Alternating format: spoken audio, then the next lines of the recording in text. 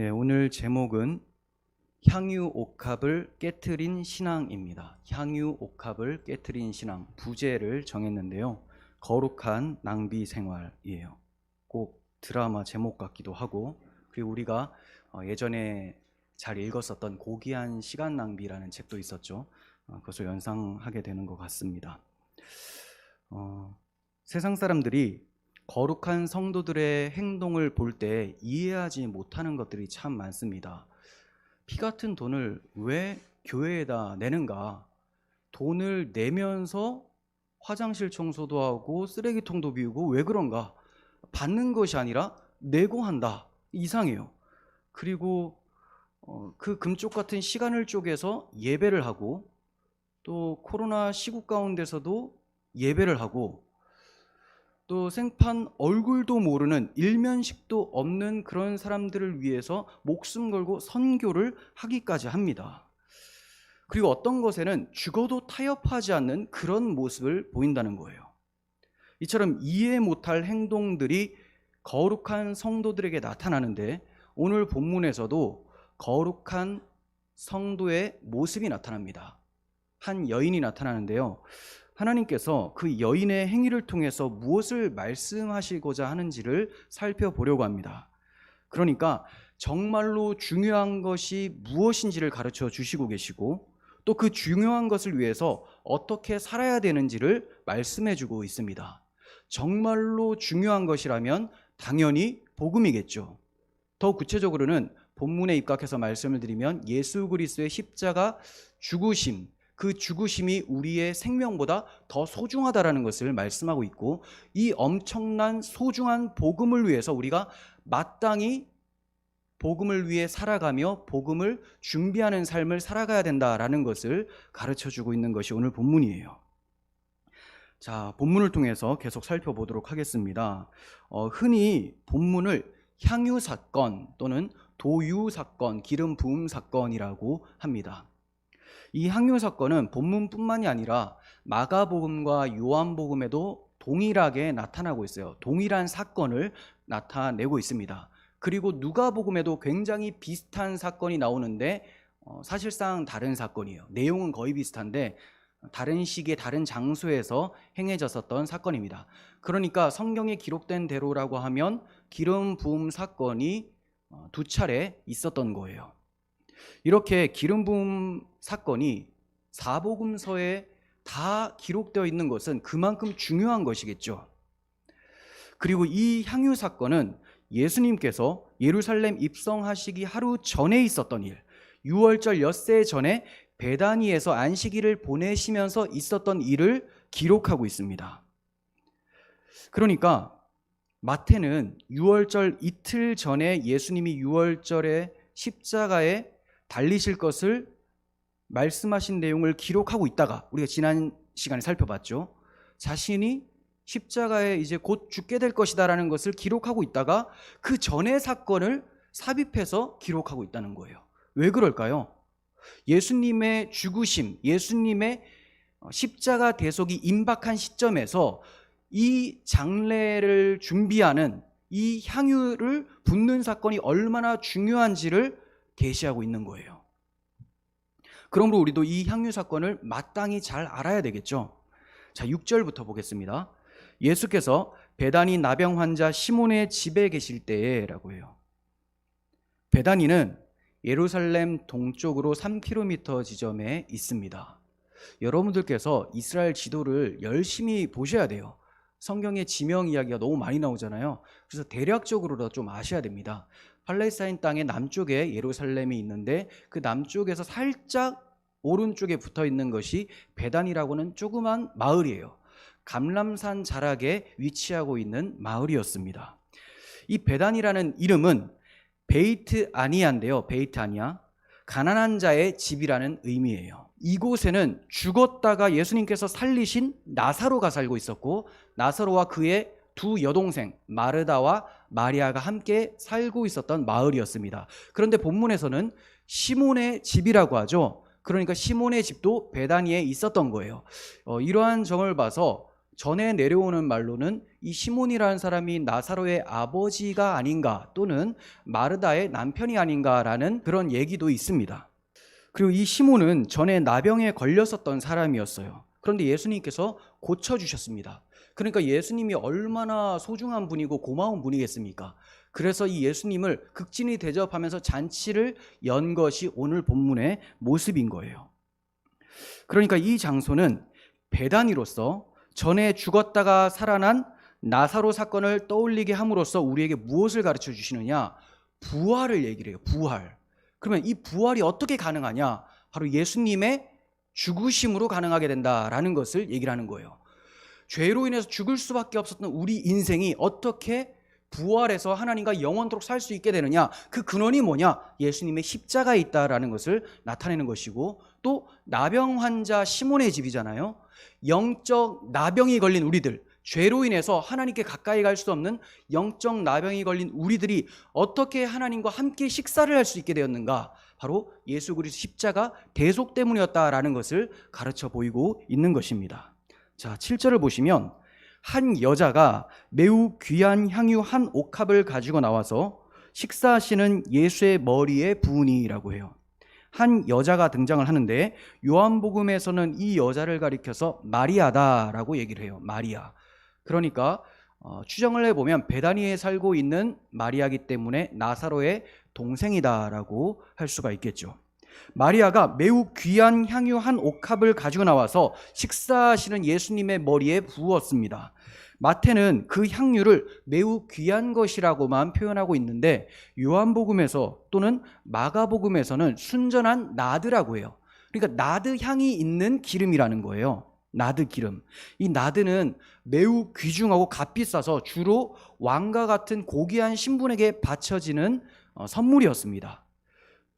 그러니까 사내들인 공회원들이 예수님을 역적으로 몰아서 죽이려고 했는데 이 마리아에게 있어서는 예수님이 너무나 왕같이 고귀한 분이라는 것을 보여주고 있는 거예요. 어떤 분에게는 역적, 어떤 분에게는 생명의 은인 또는 왕 같은 귀중한 분으로 느껴지는 것이 예수님이라는 거예요. 요한복음에는 이 향유가 300데나리온 정도 된다고 해요. 300데나리온은 근로자의 평균 연봉에 해당되는 큰 금액이에요. 오늘날 3천만 원 정도 합니다.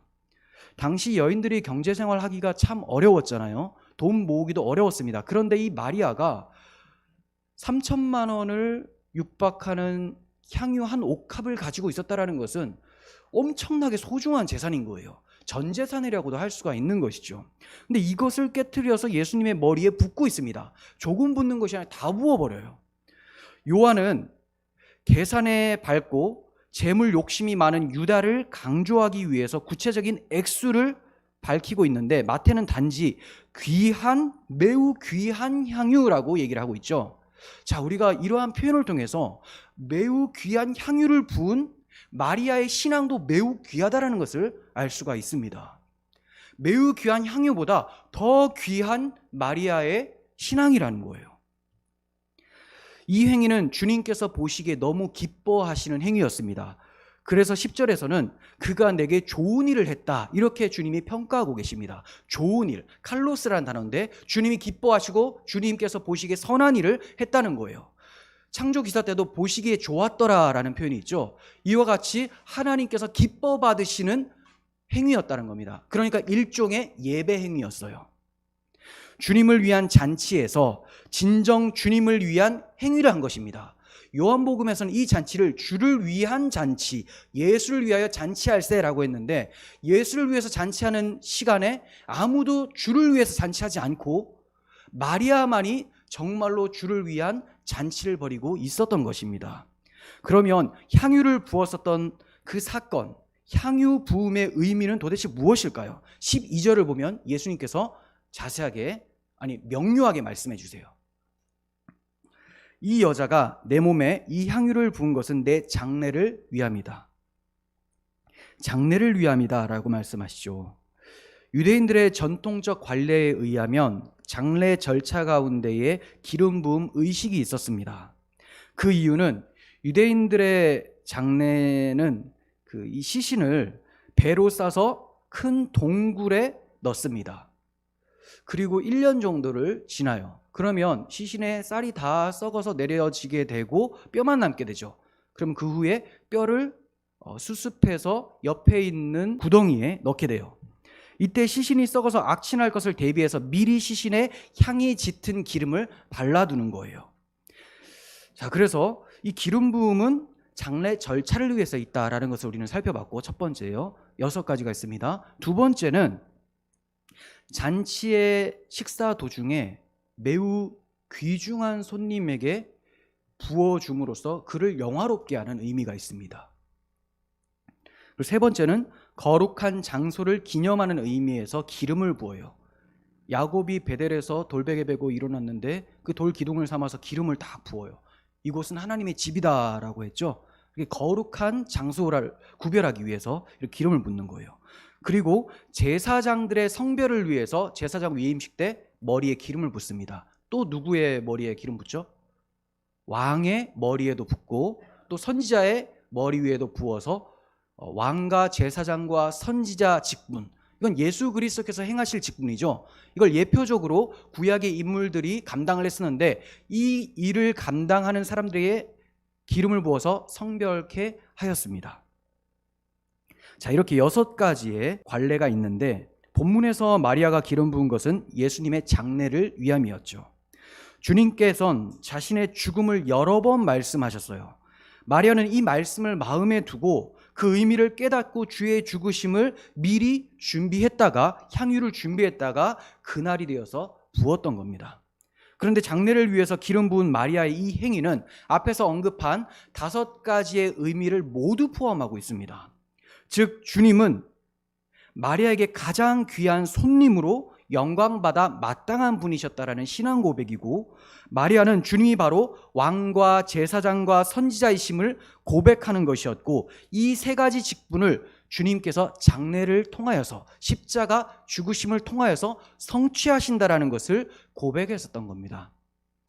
그리고 주님의 십자가 대속적 죽음이 자신을 마리아 또한 왕과 제사장과 선지자로 살게 하셨음을 믿었던 고백인 거예요. 또한 죄로 인해 영적 나병 환자 같은 자신을 구원하셔서 하늘의 식사 자리에 앉게 하신 왕 같은 신분으로 만들어주셨다라는 고백이고, 죽을 수밖에 없었던 자신, 죄인인 나를 자기 오빠를 살리신 예수 그리스도의 대속을 통하여서 자신도 살게 할 것이라는 믿음의 고백이었었던 겁니다.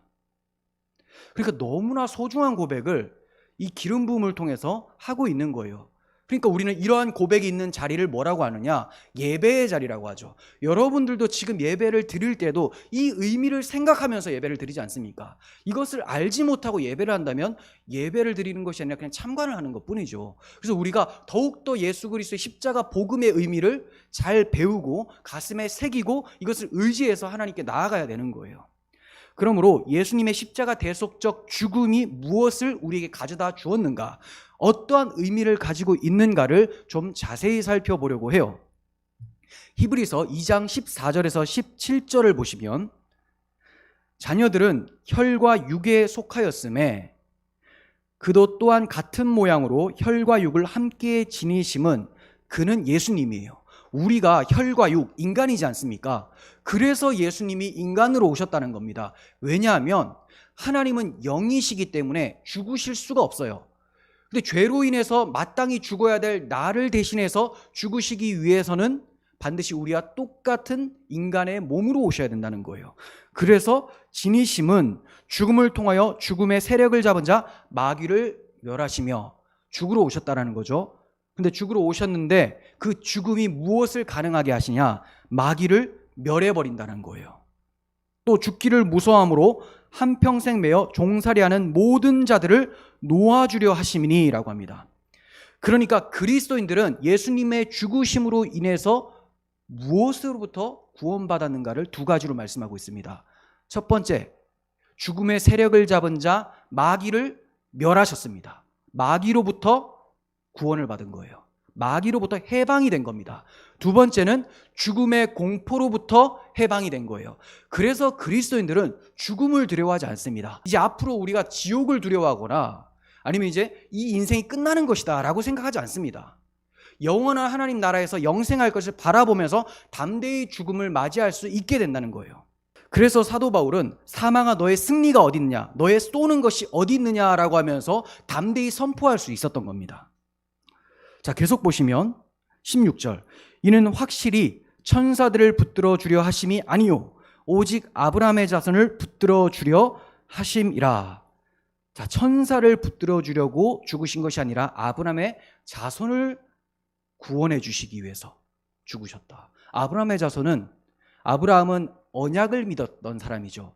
복음을 믿었던 사람입니다. 그러므로 아브라함의 자손이라는 것은 아브라함이 가지고 있었던 오실 메시아를 믿는 믿음, 예수 그리스도를 믿는 믿음의 사람들을 구원하기 위해서 예수 그리스도께서 십자가에서 죽으셨다라고 말씀하고 있는 거예요. 17절, 그러므로 그가 범사의 형제들과 같이 되심이 마땅하도다. 이는 하나님의 일에 자비하고 신실한 대제사장이 되어 백성의 죄를 속량하려 하심이라. 자, 왜 자비하고 신실한 대제사장이라고 할까요? 대제사장이라는 것은 우리의 대표자가 돼서 하나님 앞에 대신 나아가서 대신 제사를 드려주는 분이죠. 그러므로 대제사장이 됐다라고 해요. 주님은 낮고 천한 우리 인간에 대하여는 자비로운 대제사장입니다. 우리를 얼마든지 용납해 주시는 자비로운 대제사장.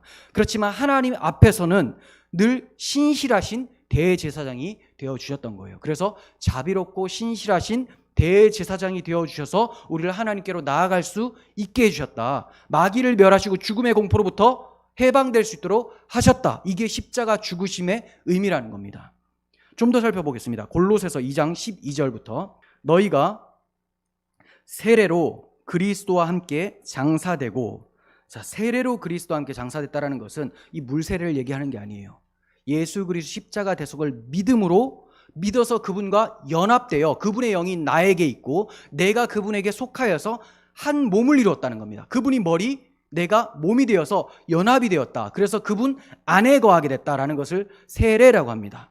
자, 너희가 세례로 그와 함께 장사되고 또 죽은 자들 가운데서 그를 일으키신 하나님의 역사를 믿음으로 말미암아 그 안에서, 그쵸? 믿음으로 그 안에서 함께 일으키심을 받았느니라. 하나님께서 우리를 구원하기 위해서 한 방도를 주셨는데 예수님을 보내주시고 믿음이라는 도구를 통해서 예수 안에 우리를 집어넣으신 거예요. 그리고 예수님을 십자가에서 심판하실 때 우리도 함께 심판하신 걸로 보신 것이고, 예수님이 장사될 때 우리도 함께 장사된 바 된 것으로 보셨다라는 겁니다. 예수님이 일으키심을 당할 때에, 부활하실 때에 우리도 그 안에서 함께 일으킴을 당했다라는 것을 보여주고 있는 것이죠. 13절, 또 범죄와 육체의 무할례로 죽었던 너희를 하나님이 그와 함께 살리시고 라고 해요. 범죄와 육체의 무할례는 육적인 삶을 얘기를 합니다. 중생하지 못한 삶을 가리키는 거예요. 근데 이렇게 중생하지 못한 삶, 불신자로 살아가다가 죽었던 너희, 이미 죽어버렸어요. 어떻게 죽었냐? 하나님 앞에 영적으로 완전히 죽어서 하나님을 알지 못하고 경배하지 못하는 상태를 죽었던 너희를이라고 해요. 그러니까 육적인 상태에서 완전히 하나님과 단절되어 끊어졌었던 우리를 하나님이 그와 함께 살리셨다. 우리가 예수 그리스도 안에서 죽고 장사되고 주님 부활할 때 함께 부활하니 우리도 살게 되는 거죠. 근데 우리는 두 번의 부활을 합니다. 첫 번째, 주와 함께 살릴 때 우리가 살게 된 것은 거듭남을 얘기를 해요. 새로운 피조물이 되었습니다. 이제 하나님의 백성이 되었어요. 예전에는 마귀의 자식들이었는데 죽음을 두려워하면서 마귀에게 속해서 종살이를 했었던 우리가 이제 하나님의 자녀의 신분을 얻게 된 거듭남을 얘기를 하고, 이 거듭남, 함께 살리신 바 된 이 상태는 장래에 우리가 육으로도 부활할 것을 보증하고 있는 것이죠. 자, 그래서 그와 함께 살리시고 우리의 모든 죄를 사하시고 우리를 거스르고 불리하게 하는 법조문으로 쓴 증서를 지우시고, 자, 주님의 십자가로 무엇이 지워지느냐? 법조문으로 쓴 증서. 이건 율법을 얘기를 합니다. 율법. 그런데 왜 증서냐? 우리가 이 율법을 다 지킬 수가 없어요. 그래서 율법이 우리를 정죄합니다. 율법에 매여 살아요. 이 정죄감에 매여 살아요. 죽음을 두려워합니다. 우리에겐 노비문서 같은 게 돼버린 거예요. 율법은 선한 것이지만 우리가 악하기 때문에, 우리가 말씀을 지킬 수가 없기 때문에 노비문서처럼 꼭 붙드는 이 증서가 있었는데 십자가로 지워버렸습니다. 지우개로 지우듯이 지워버렸어요. 근데 이게 아직까지 만족치 못합니다. 사도 바울은 이걸 쓰면서도 만족치 못해요. 그래서 뭐라고 합니까? 제하여버렸다. 찢어버렸습니다. 그리고 결국은 이것도 만족 못해서 십자가에 못을 박아버려요. 이거 완전히 끝났다. 율법의 정죄는 완전히 끝나버렸다는 것을 보여주고 있습니다. 15절, 통치자들과 권세들을 무력화하여 드러내어 구경거리로 삼으셨다. 통치자들과 권세들은 세상 가치와 힘과 마귀 권세를 얘기를 합니다. 자, 이러한 것들을 무력화시켜버렸어요. 무엇으로? 뒤에 나오죠. 십자가로 그들을 이기셨느니라. 십자가로, 자신의 죽으심으로 세상의 권세, 힘, 세속 가치관에 매여 사는 이 모든 것들로부터 우리를 해방시켜 주셨다라고 말씀하고 있습니다. 그리고 여기에서 이기셨느니라, 십자가로 그들을 이기셨느니라라는 이 이겼다라는 단어는 인솔하다예요. 그러니까 십자가로 그들, 이 사탄 마귀와 세속의 권세들을 다 포로로 인솔하면서 개선 행렬을 하셨다라는 거예요. 그러므로 우리도 세상을 넉넉히 이기면서 살 수 있게 되었다. 무엇으로? 예수님의 십자가 죽으심으로. 이게 십자가가 우리에게 주는 유익이에요. 이처럼 예수님의 십자가 죽으심은 우리에게 엄청난 복을 가져다 주신 것이죠. 얼마나 귀한 복음입니까? 마리아는 자신의 목숨보다 귀한 예수님의 죽음을 기억하고 너무 귀한 향유를 준비하여 부었습니다. 그 향유보다 더 귀한 마리아의 신앙, 그리고 더 귀한 예수 그리스도를 우리는 바라봐야 되는 것이죠. 그런데 옆에서 보던 제자들은 어떻게 반응했을까요? 8절, 9절. 제자들이 보고 분개하여 이르되 무슨 의도로 이것을 허비하느냐? 이것을 비싼 값에 팔아 가난한 자들에게 줄 수 있었겠도다 하거늘. 자, 여기서 분개한 제자들이 나오죠. 12명의 제자들이 다 분개했을 거로 보여져요. 항상 그러했습니다. 그런데 사도 요한은 요한복음을 기록하면서 이 사람은 가룟 유다다 이렇게 얘기를 해요. 가룟 유다. 그러니까 유다가 선동하고 나머지는 선동되어 버린 거예요. 유다의 수군됨으로 선동이 되죠. 다른 제자들도 가치관이 비슷하기 때문에 함께 분개하고 있는 모습입니다. 참으로 유다의 마음에는 하나님이 없음이 드러나게 됩니다. 마귀의 속성인 수군됨과 비방하는 마음으로 가득할 뿐입니다. 로마서 1장 28절 보시면 또한 그들이 마음에 하나님 두기를 싫어하며 하나님이 그 마음에 없으면 일어나는 현상, 특히나 없는 정도가 아니라 적극적으로 싫어하죠. 하나님을 일부러 거부하려는 이런 사람들의 마음에는 무엇이 나타나느냐? 하나님께서 그들을 그 상실한 마음 그대로 내버려 두사 합당하지 못한 일을 하게 하셨으니 곧 모든 불의, 추악, 탐욕, 악의가 가득한 자요. 탐욕이 가득하다라고 하죠. 이따가 살펴보겠지만 가룟 유다는 독욕심이 너무나 많았습니다. 그냥 욕심만 많은 게 아니라 훔쳐가는 도둑놈이었어요. 탐욕, 악의가 가득하죠. 시기, 지금 이 여자에 대해서 시기도 하고 있습니다. 살인, 분쟁을 일으키죠. 사기, 악독이 가득한 자요. 수군수군 하는 자요. 지금 선동하고 있어요. 비방하는 자요. 여자를 비방하고 있죠. 하나님께서 미워하시는 자다.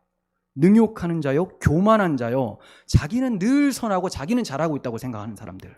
하지만 남은 엄청 비방하고 수군수군 되죠. 자랑하는 자요.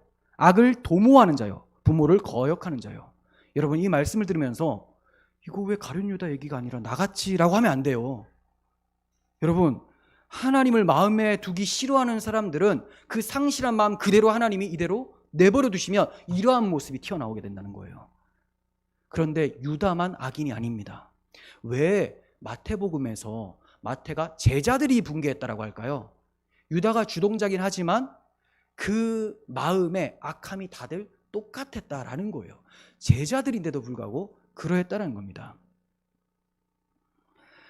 그래서 분개하게 되고 선동이 되어지는 거죠. 여러분, 선동이 된다는 것은 비슷하기 때문에 선동이 되는 거예요. 다만 유다는 이를 주도하는 적그리스도적인 악인이었고 다른 제자들은 이에 동참하는 불신 세력 정도로 모습을 보이고 있습니다.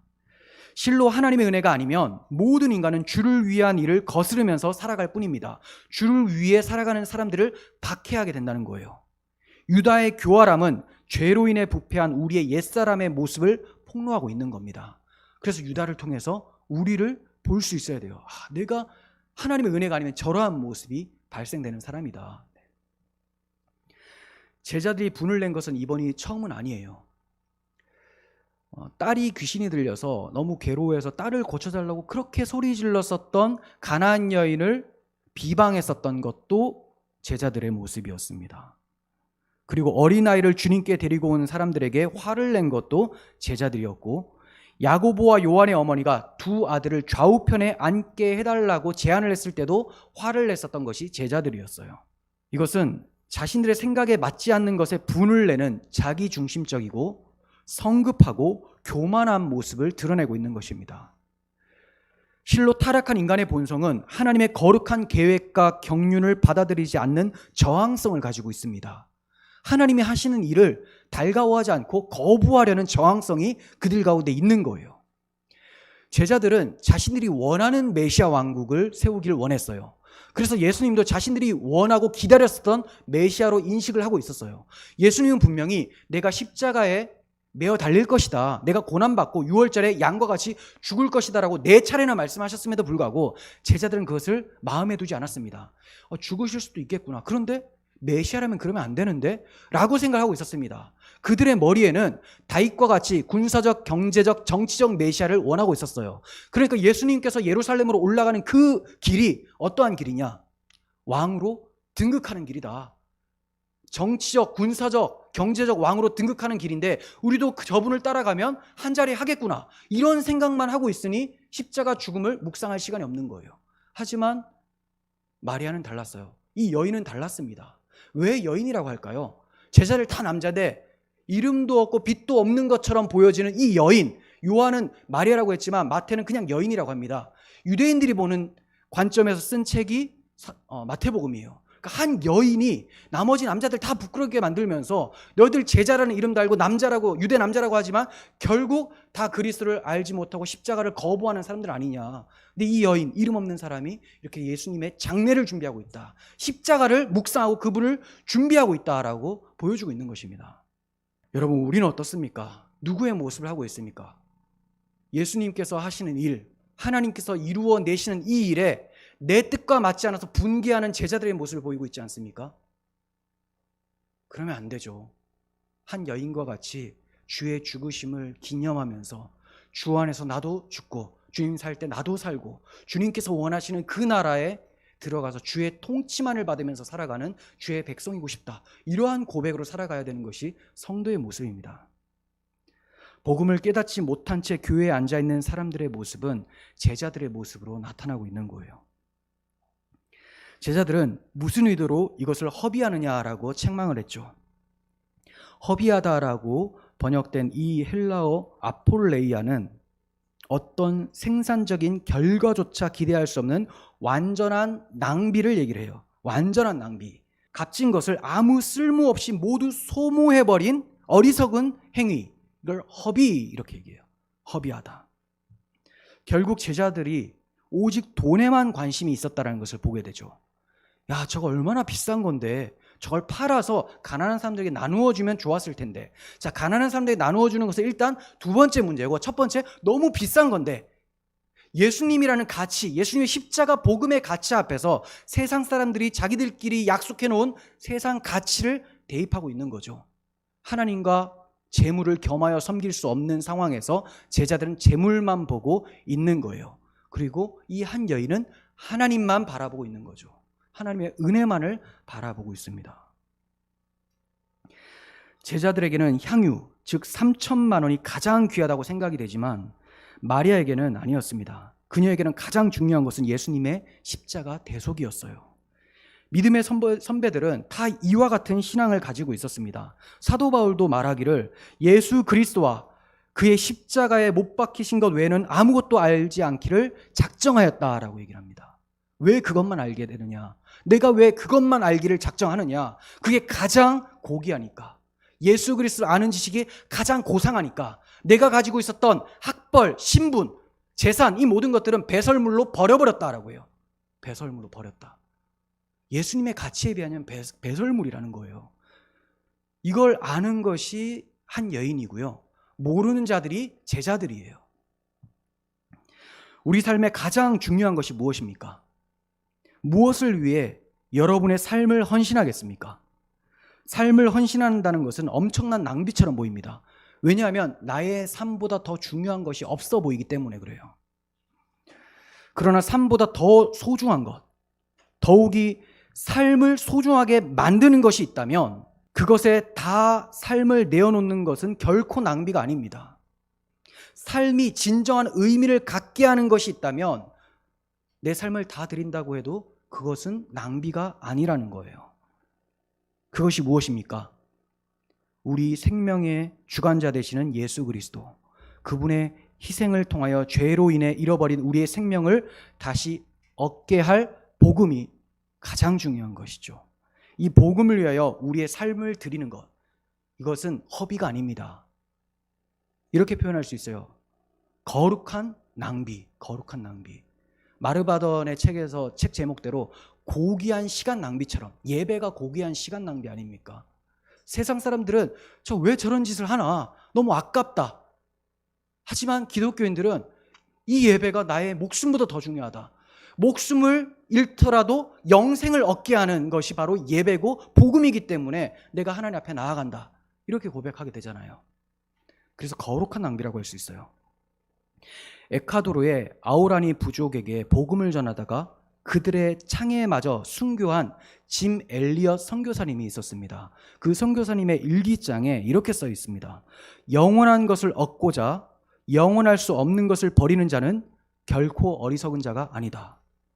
1949년 10월 28일 당시 24세 때 이걸 썼습니다. 참 우리를 부끄럽게 만들죠. 영원한 것을 얻고자 영원하지 못할 것을 버리는 자는 어리석은 자가 아닙니다. 복음을 위해서, 영생을 위해서, 한 영혼을 위해서 향유를 깨트리는 것, 우리의 삶을 헌신하는 것은 절대로 어리석은 짓이 아닙니다.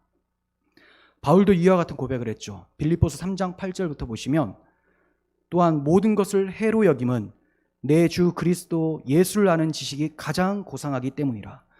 내가 그를 위하여 모든 것을 잃어버리고 배설물로 여김은 그리스도를 얻고 그 안에서 발견되려 함이니.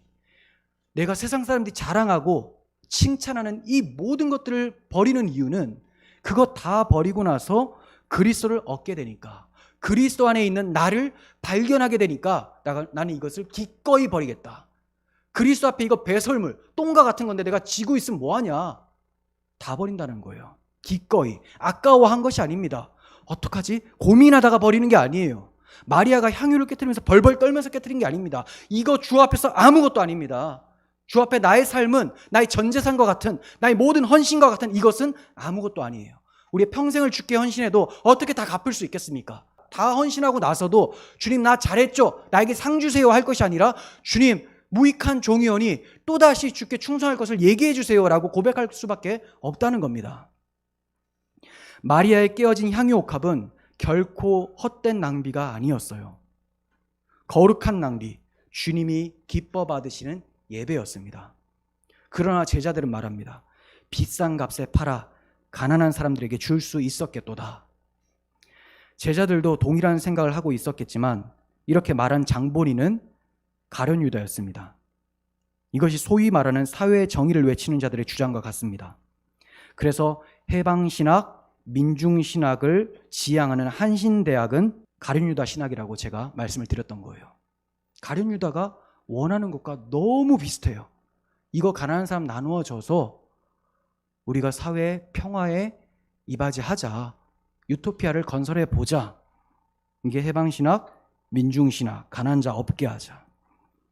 가난한 자를 구제하는 일을 십자가를 생각하며 예배하는 것보다 중요하게 여기는 것은 인본주의를 기반으로 했기 때문입니다.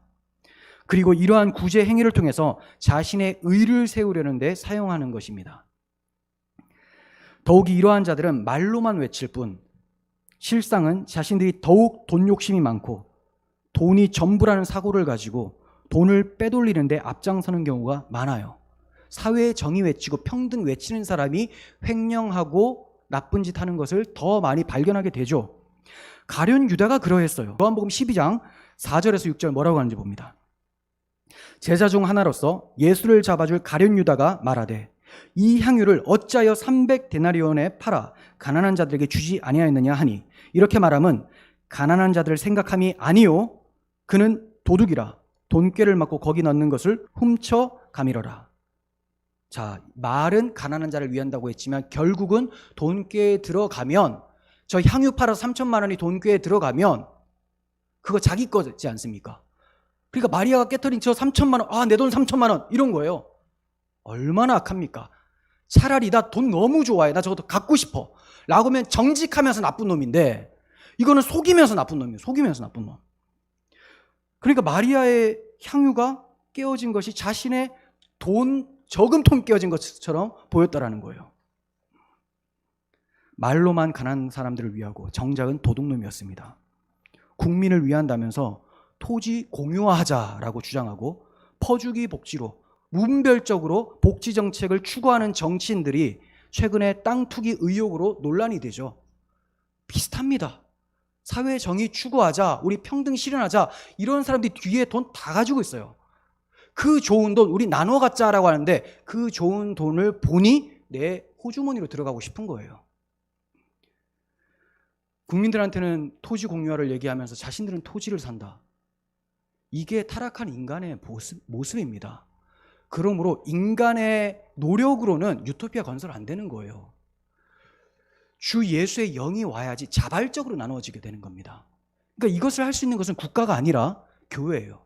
성령 충만한 자들이 자발적으로 예수의 영을 통하여 자신의 것을 내어주는 거죠. 강제적으로 너 얼마네, 넌 부자니까 얼마네 이렇게 해서 우리 완전히 평등하게 해보자. 그러다 보면 컨트롤 타워는 또 부패하게 되는 것이죠. 그러니까 인간의 타락한 죄성을 간과한 채 인간의 가능성을 보면서 들어온 사상이 사회주의 사상이라는 거예요. 공산주의 사상이고. 그게 가룟 유다 신학을 입으면 민중신학, 해방신학을 하게 되는 것입니다. 가난한 자 구제는 훌륭한 일입니다. 구제해야죠. 그러나 십자가 대속의 복음을 알고 그 사랑에 반응해서 행할 때 훌륭한 일, 값진 일이 되는 것이지 십자가 복음을 빼버리고 주 예수에 대한 헌신을 빼버리고 바로 이웃사랑으로 간다. 하나님 사랑이 되고 나서 이웃사랑으로 가야 되는데 그거 다 필요 없고 십자가 몰라도 그냥 퍼주기만 하면 되고 나눠 갖기만 하면 된다. 이것은 자기 의를 세우는 죄가 되는 거예요. 죄가. 그래서 이 좌경화된 신학자들이 외치는 것은 십자가 복음이 아니에요. 십자가 복음이 아닙니다. 모든 것을 내어주는 것이 예수의 정신이다라고 하면서 그 정신을 본받아서 우리도 나누어 주자 이렇게 갑니다. 그러면 십자가 몇 개가 돼요? 60억 인구면 60억 개가 됩니다. 근데 우리는 유일한 십자가, 예수의 십자가죠. 그 예수의 십자가가 나를 위해서 죽으셨다라는 것을 알고 그분의 십자가에 동참되어서 그 십자가에서 나오는 열심으로 그 사랑으로 나의 것을 내어놓는 거예요. 그러니까 이 복음적 교회는 무엇을 전하게 되느냐? 십자가 복음을 전하게 되죠. 그러면 교회들이 든든히 서면서 가난한 사람들의 구제도 더 열심으로 감당하게 되는 거예요. 근데 십자가를 빼버린 사람들은 자기들의 열심으로 나누어 주자라고 돼요. 여기 동참하지 않는 사람들 있으면 억압하고 누르고 강제로 빼앗고 이걸 위해서 법을 만들고 합법적으로 강도짓 하겠다. 이게 사회주의, 공산주의라는 거예요. 사회의 정의를 외치는 거짓 목사들은 오직 유일한 십자가를 외치지 않습니다. 자기들의 십자가 다 따로 있어요. 그래서 그 십자가를 자기들이 졌다고 하면서 이 시대의 예수다, 이 사람이 이 시대의 예수다 이런 얘기를 하게 됩니다.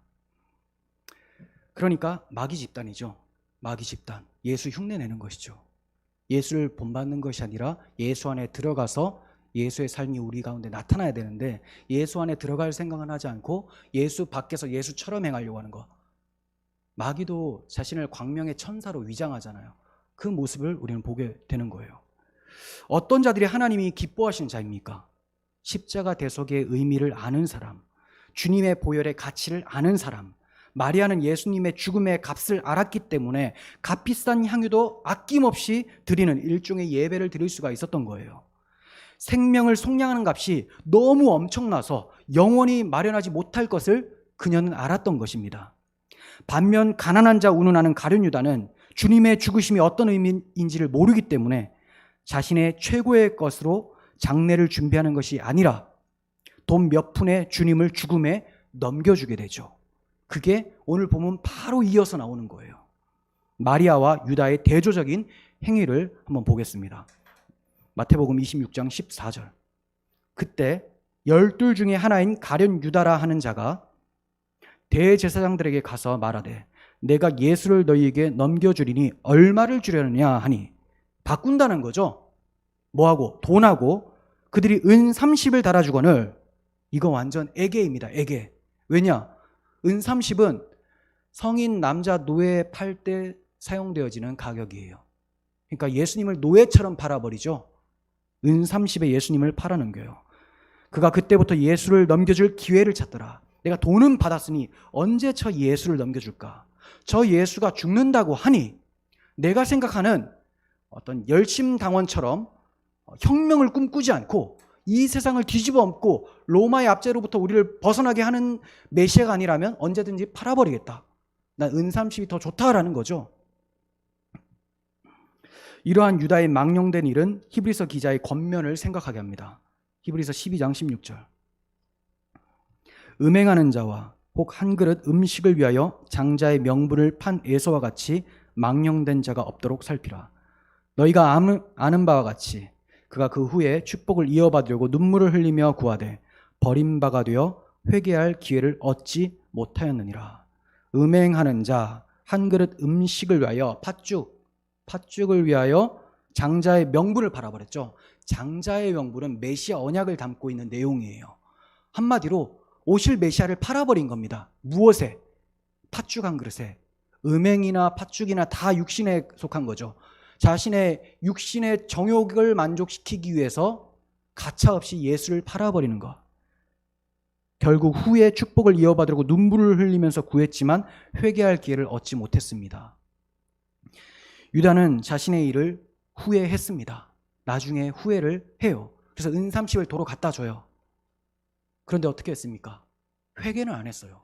후회를 했지 회개를 한 게 아니에요. 여러분, 회개하고 후회는 달라요. 우리는 후회한 것을 자주 회개한 것으로 착각을 합니다. 후회는 구원이 없어요.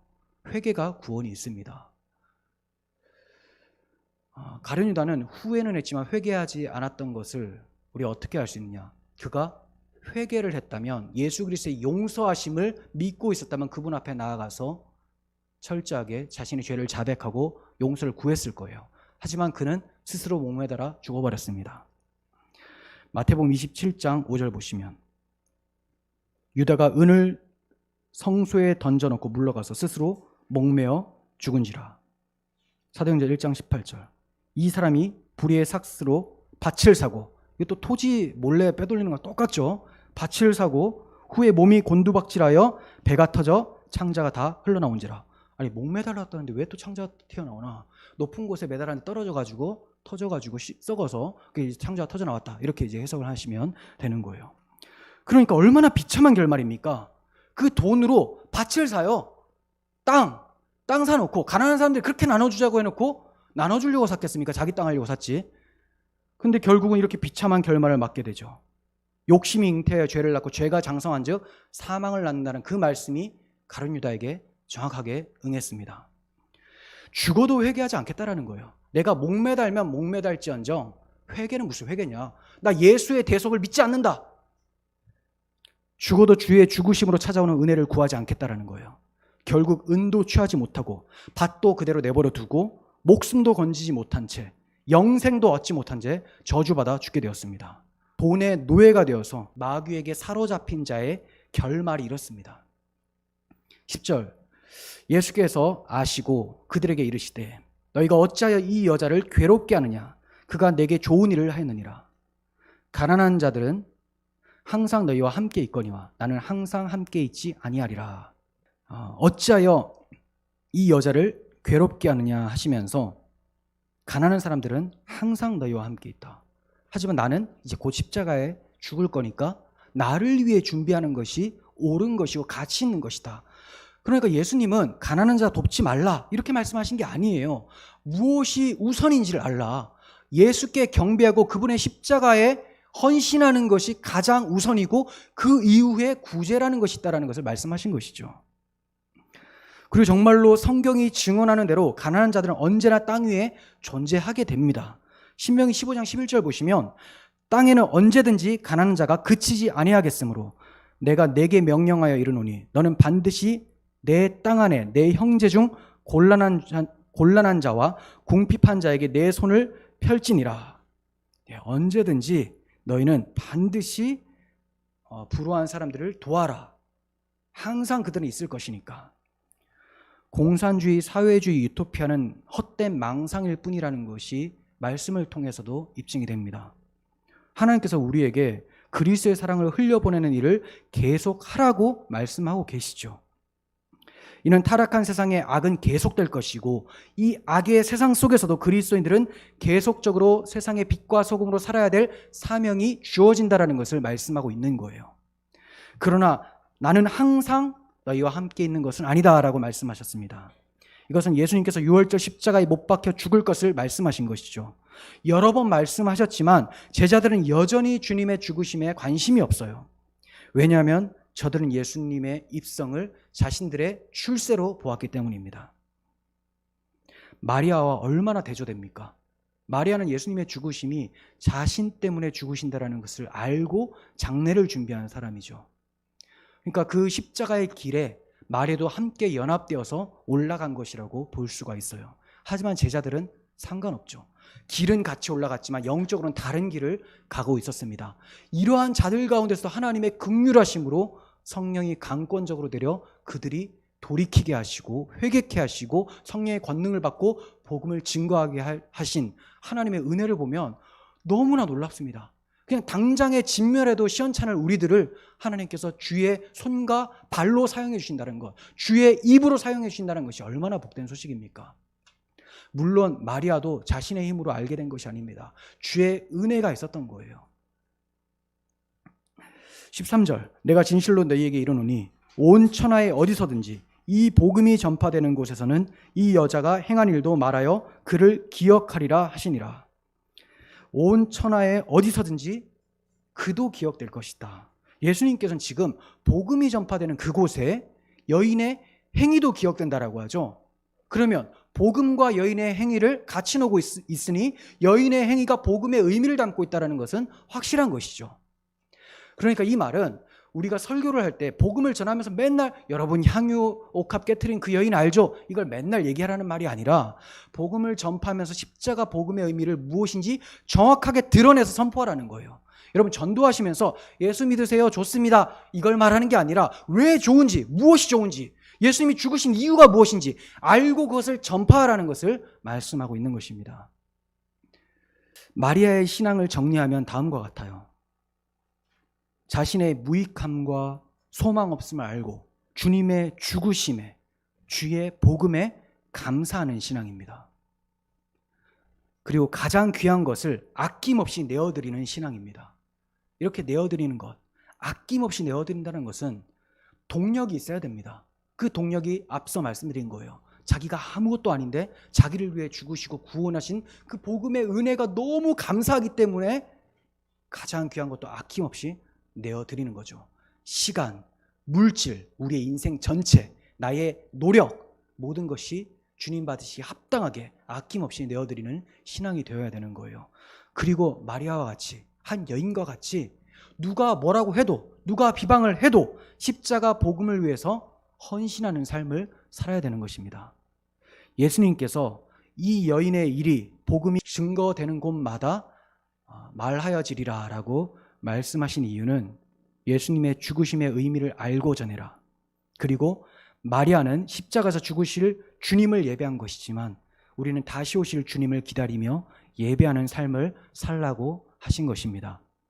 비록 이 세상의 삶이 너무나 힘들고 우리가 예수님을 섬기고 십자가를 전파하고 십자가를 살아내는 것을 조롱하고 어리석다고 얘기를 하지만 이러한 비난 속에서도 한 여인의 향유 깨트림과 같이 우리의 삶을 온전히 깨트리며 주께서 네가 좋은 일을 하였다라고 칭찬하시는 우리들의 삶이 되어지기를 간절히 소원합니다. 기도하겠습니다.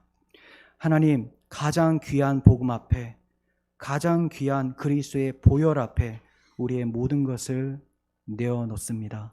주님, 우리를 받아주시고 우리를 사용하여 주시옵소서. 세상이 우리를 어리석다고 조롱하고 비판하고 박해하지만 주를 위해 드리는 것은 하나도 아깝지 않다라는 고백을 날마다 하며 주께서 예비하신 영원한 나라를 향해 나아가는 저희들 되게 하여 주시옵소서. 우리 구주 예수 그리스도의 이름으로 기도합니다. 아멘.